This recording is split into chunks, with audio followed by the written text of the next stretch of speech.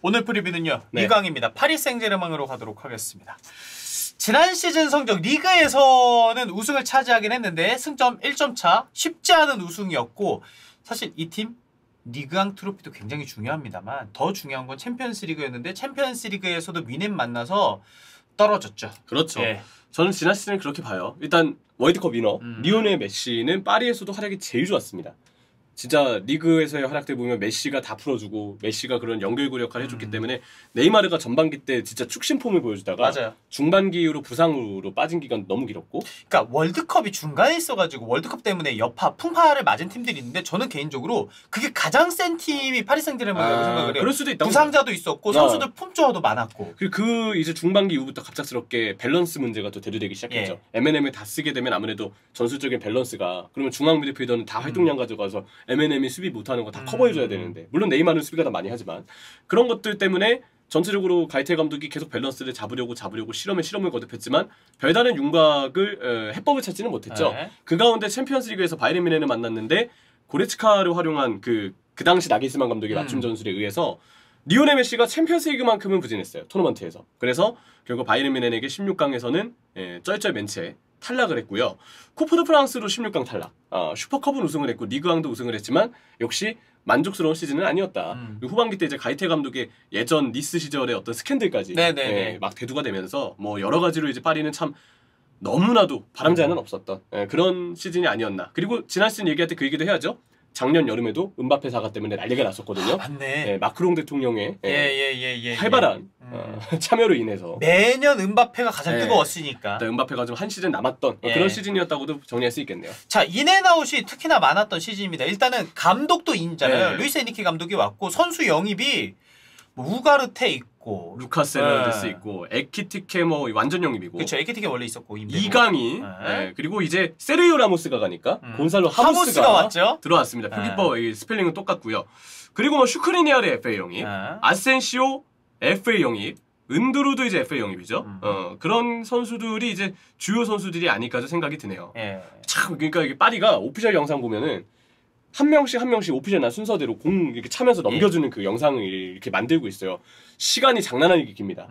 그 이강인 선수 차례 나올 때까지 기다리고 이젠 또 얼마 전에 하무스 선수까지 그 영상에 참여가 돼서 그래 추가되겠네. 진짜 파리는 영입을 많이 했다. 이렇게 좀 볼 수가 있을 것 같고요. 새 판짜는 느낌이 강했어요. 확실히 올 시즌이. 나간 선수는 뭐 이카르디 드디어 나갔다. 그리고 뭐 메시, 임대를 떠난 이제 사비 시몬스, 그리고 이제 세르히오 라모스가 또 계약 만료로 나간 거, 뭐 이런 정도가 언급할 만한 요소가 아닌가 생각이 드네요. 지금 그리고 이제 뭐 네이마르, 은바페는 좀 더 지켜볼 필요도 있을 것 같고 아직 인앤아웃이 끝난 게 아니에요. 이게 맞아요. 네이마르는 뭐 그렇다 치는데 전체 은바페는 진짜 이 은바페의 여부에 따라서 사실 이게 어떻게 팀이 꾸려질지가 가려지는 거라고. 그렇지.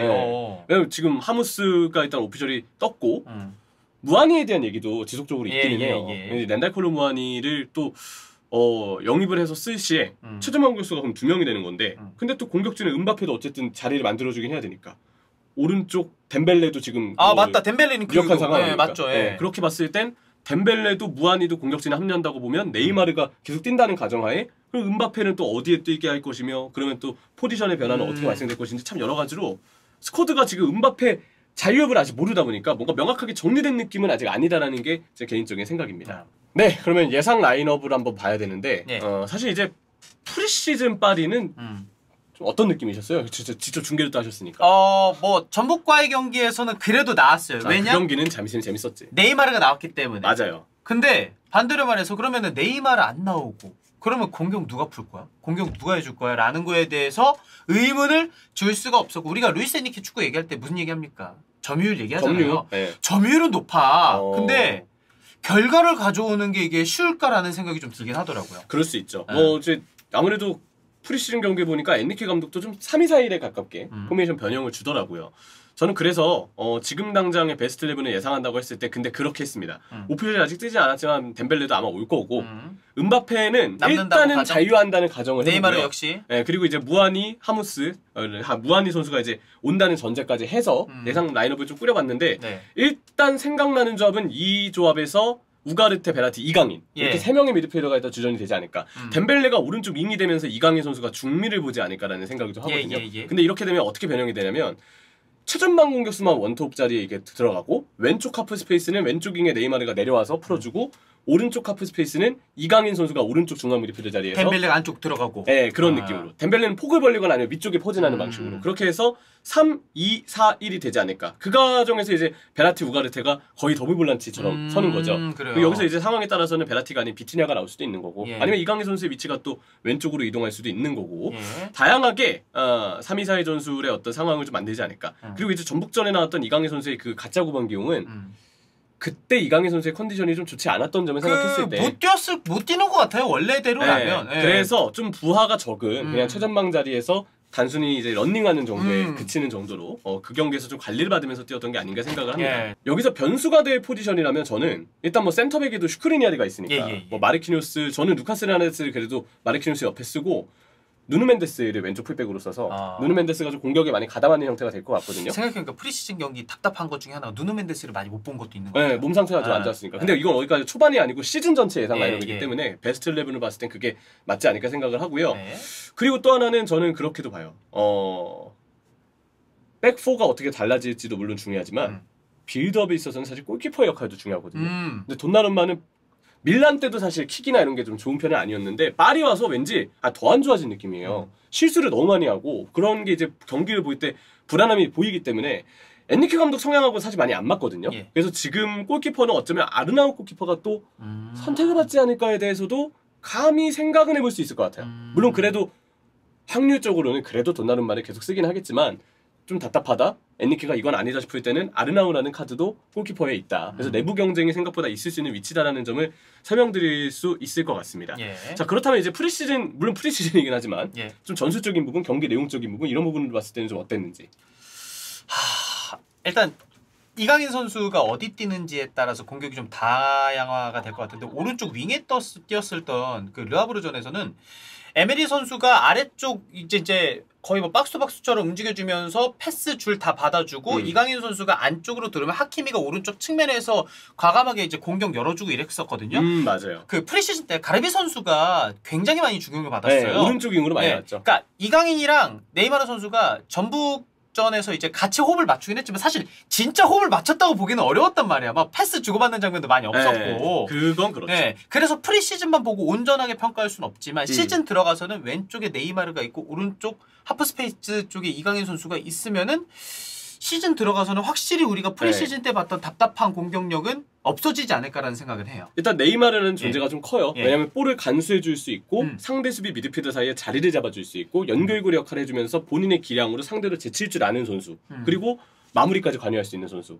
되게 네이마르가 해주는 역할이 많거든요. 근데 저는 네이마르, 이강인의 공존의 효과를 누릴 수 있는 부분은 네이마르만 그 역할을 하면 그쪽으로 압박이 쏠리고 집중 견제가 들어옵니다. 근데 이강인의 존재 덕분에 계속 에메리 감독은 이강인에게 오른쪽 하프 스페이스 길을 만들어 줄 것 같거든요. 근데 이게 사실 뛴 표본이 많지 않아서 그걸 좀 더 보고 싶은데 못 본 게 아쉽기는 해요. 근데 느낌상 그래도 이강인 선수는 굉장히 유력한 확률로 오른쪽 하프 스페이스 쪽에 머물면서 기회 창출을 노릴 수 있고 네이마르는 반대편 왼쪽 하프 스페이스 있잖아요. 둘의 공존이 얼마든지 가능하다. 3-2-4-1로 변형이 된다는 전제하에 이강인을 제외한 나머지 3미들의 2명의 미드필더가 약간 후방으로 내려오고 네이마르, 이강인이 같이 이렇게 뛴다는 전제하에서는 둘이 플레이메이킹을 전담하는 방식으로 충분히 공존이 가능하다고 보고요. 근데 여기서 우리가 뭔가 더 디테일하게 예상을 하고 설명을 하기에는 일단 아직도 합류를 안 한 선수가 있고요. 덴벨레가 와서 경기 뛰는 거 좀 보고 싶어. 그렇지. 근데 아마 제 생각에 덴벨레가 왔을 때 느낌은 가르베이 선수가 오른쪽 윙을 뛸 때랑 거의 비슷할 것 같아요. 플레이 스타일이나 전체적인 윙으로서의 폭발력이 좀 비슷하니까. 근데 만약에 덴벨레가 아니었다면 이강인이 저 자리에 뛰었을 것 같거든요. 오른쪽 윙으로. 그쵸. 그래서 네이마르, 이강인이 다 안쪽으로 들어왔을 텐데 덴벨레라면 아마 이강인이 오른쪽 윙이 뛸 때랑은 다르게 폭을 벌리면서 터치란에 따라서 공간을 만들어줄 수 있을 것 같아요. 그러면 이강인은 또 오른쪽 중미지만 사실상 오른쪽 윙으로 뛸 때랑은 크게 다르지 않은 동선을 가져갈 수 있다는 거고요. 여기서 또 애매하죠. 음바페가 자유하냐 안 하냐. 음바페가 자유하면 또 직선적인 선수이기 때문에 네이마르, 이강인이 풀어주는 게 더 중요한데 음바페 말고 음바페가 또 최전방 뛰는 거 싫어하잖아요. 만약에 음바페가 왼쪽 윙이 되고 네이마르가 뭐 부상 등으로 빠지거나 그래서 음바페 왼쪽에 무아니 같은 선수들이 또 최전방에 선다 그러면 또 음바페가 왼쪽 윙에서 침투를 가져가기 때문에 오히려 이강인에게 기회 창출이나 플레이메이킹이 네이마르가 없으니까 더 많이 아예 몰리지. 집중될 수 있어요. 그렇죠. 저는 그래서 음바페 잔류 여부도 일단 봐야 되는 게 음바페 잔류에 따라서 공격진의 구성이나 배치가 바뀌게 되면 거기에 따라서 이강인에 대한 의존도가 좀 더 커질 수도 있다. 그러니까 저희가 진짜 우리 선수잖아요. 우리 선수라서 이강인 선수에 대해서 더 이야기를 하게 되지만 올 시즌의 파리 생제르맹을 보면은 음바페 남느냐 네이마르 부상으로 빠졌을 때 이런 상황에서 이강인 선수가 있어야지 풀어줄 수 있는 공격들이 많아요. 그리고 우리가 아직 빼먹은 선수가 하키미가 있거든요. 하키미 공격적으로 아주 재능이 있고 빠른 선수잖아요. 그러면 이강인 선수가 오른쪽 하프 스페이스든 윙이든 잡았을 때 오른쪽에서 안쪽으로 들어왔을 때 오른쪽 측면을 먹어주는 건 하킴인데 여기에서 발생이 되는 파리 생제르맹의 공격력이 있기 때문에 이강인 선수가 진짜 중요한 존재긴 맞아요. 맞아요. 예. 그래서 지금 다양한 시즌 구상을 해야 되는 상황입니다. 예. 스쿼드 구성이 맞춰지지 않았고 오피셜도 좀 계속 더딘 선수들도 있고 그리고 파리 생제르맹은 알잖아요. 리그 경기 쭉 하다가 흐름 괜찮을 때 좀 챔피언스 리그를 위해서 살짝 휴식도 주고 이런 있죠. 경우들도 있기 때문에 되게 변수가 많다라고 저는 생각이 들어요. 프리뷰 하기에. 참 다양하게 예. 구상을 해봐도 어떻게 근데 구상을 해봐도 이강인의 중요성은 확실히 맞아요. 있다. 그래서 이강인 선수에게도 지금 파리에 진출하는 게 딱 좋은 타이밍에 진출이 아닌가라고 좀 생각을 해봤고요. 정말 빠르게 선수단 구성이 맞춰져야 본격적인 시즌 윤곽에 대해서 좀 우리가 스케치를 해볼 수도 있지 않을까 그렇게 보고 있습니다. 자, 그러면 저희가 선수 라인업 가지고 이야기를 해봤고 올 시즌 관전 포인트 어떻게 보세요? 개인적으로는 그래도 이전의 감독들보다는 좀 더 루이스 엔리케가 팀의 체계와 확실한 전술적인 컬러를 입힐 수는 있을 것 같아요. 파리가 이런 축구를 하는 팀이다. 새로운 또 얼굴들이 많이 들어왔기 때문에 새로운 조합 내에서의 달라진 파리 생제르맹을 좀 빠르게 보고 싶은 마음이 크고요. 일단 기대감이 되죠. 기대감이 들죠. 기대감이 있어. 저는 그래서 이 시즌 관전 포인트는 이강인의 중요성이 꽤 크다. 이렇게 정리할 수 있을 것 같아요. 저는 이강인 선수 말고 그냥 팀적인 파리 생제르맹의 좀 관전 포인트 여기 진짜 중요하다. 우가르테가 얼마나 잘해주는지. 그쵸, 맞아요. 우가르테가 저는 프리시즌 보면서는 장점도 몇 차례 보여주긴 했지만 저 위치에 혼자 뒀을 때 우가르테가 생각보다 애를 먹는다 라는 생각을 좀 많이 받아가지고 그 점도 좀 지켜봐야 되지 않을까. 그리고 이제 관전 포인트, 이거 계속 잔류하게 되는 가정으로 얘기하는 겁니다. 이강인의 침투 패스를 쫙 받아서 음바페가 골키퍼와 1대1 찬스를 몇 번이나 만드느냐. 네이마르와 이강인과 음바페가 어떤 패스를 주고받아서 어떤 멋있는 골을 만드느냐. 진짜 우리가 보는 관전 포인트잖아요. 축구 그냥 편하게 보면서. 나 이게 너무 기대가 돼요. 그래서 이번 시즌 참 파리에 대한 주목도가 생기고 이강인 선수 그 EA스포츠 FC 24에 얼굴 스캔 돼 있습니다. 됐어요? 티저 영상이 이미 나왔어요. 예. 되게 좀 이강인 선수스럽게 잘 스캔이 됐던데 게임에서 또 이강인 선수 실제 능력치 좀 라이브 받아가지고 그래 능력치 좀 잘 나왔으면 좋겠네. 오버로도 많이 실시간으로 얼티밋 카드는 조금 이제 이 시즌 전의 활약상이 반영이 되겠지만 거기서 오버롤이 올라갔으면 좋겠고 파리에서 잘하면 라이브로 카드 더 올라갈 거니까 오버롤이 여러모로 이강인 선수의 그런 파리에서의 비중과 활약을 한 시즌 동안 지켜볼 재미에 좀 많이 기대가 되고 설레는 것 같습니다. 파리 생제르맹의 올 시즌 관전 포인트 재밌게 축구하길 많은 분들이 원한다. 뭐 요 정도.